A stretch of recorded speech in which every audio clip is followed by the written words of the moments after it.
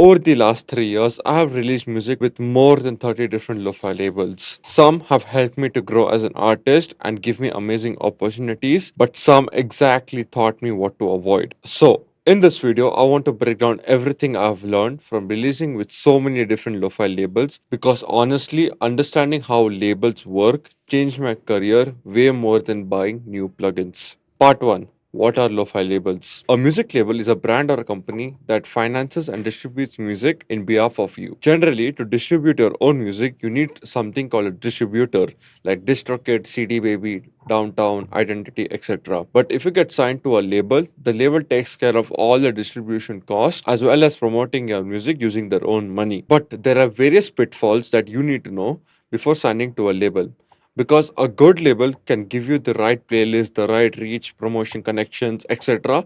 But a bad one can literally ruin your life. They can lock up your music, take your royalties, and also give you nothing in return. But before going deep into that, let's understand whether or not you need a label. Labels are amazing for beginner producers who want to build rapport so that they can leverage that credentials to build their career and also learn how the music industry works. It is not at all good for producers who are established as well as producers who want to try new things in their art. You might be wondering, how do I find these lo-fi labels? And the answer is pretty simple. All you need is Spotify and an Instagram account for your artist page.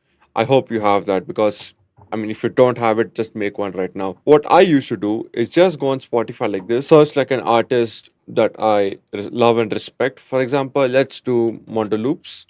Then I would just go on to his songs that he has released and just click on them. And as you can see, Settle FM.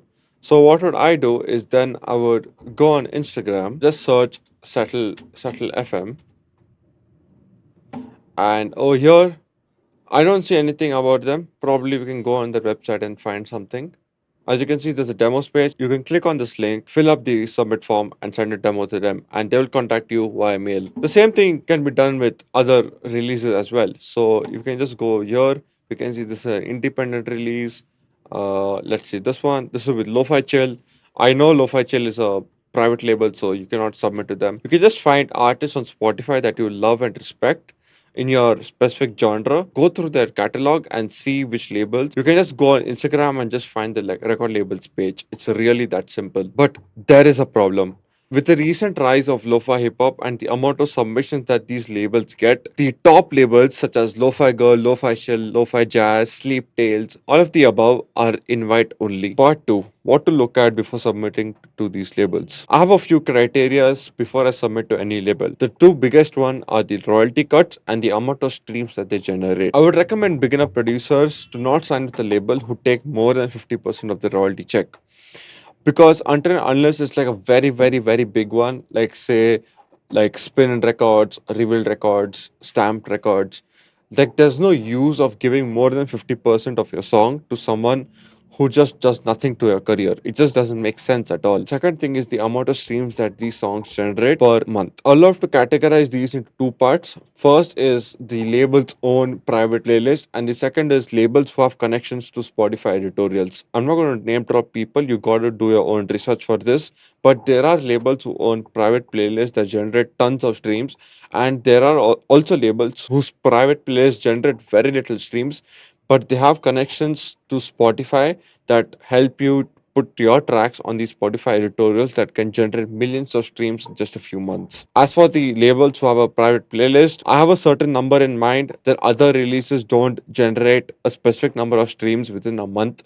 I do not release with them because at the end of the day, they're taking 50% of your money, and it really does matter if they're not providing a return on it. For a beginner, I would recommend at least release with a label who generate around 10k to 20k streams in a month. That would be a really good start. But for me, that's not the number. It's way higher than that. There are three things that I would look out for before signing to any label. If any of these three things are there, I recommend you not to sign them.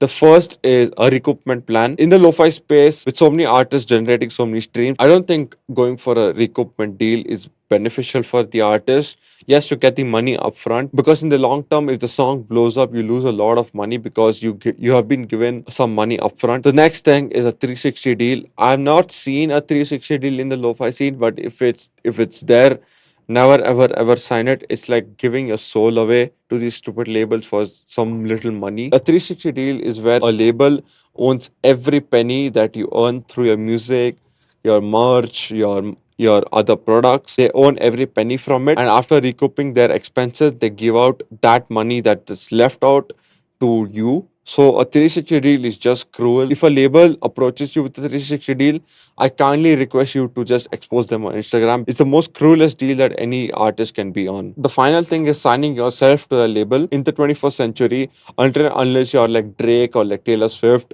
you should never ever sign yourself to a label. You should always sign your tracks to a label, because this allows you to experiment with different sounds and structures, and the label won't be able to dictate what you release and what you don't release. So you should always sign your songs and not yourself to the labels, because it is just horrible.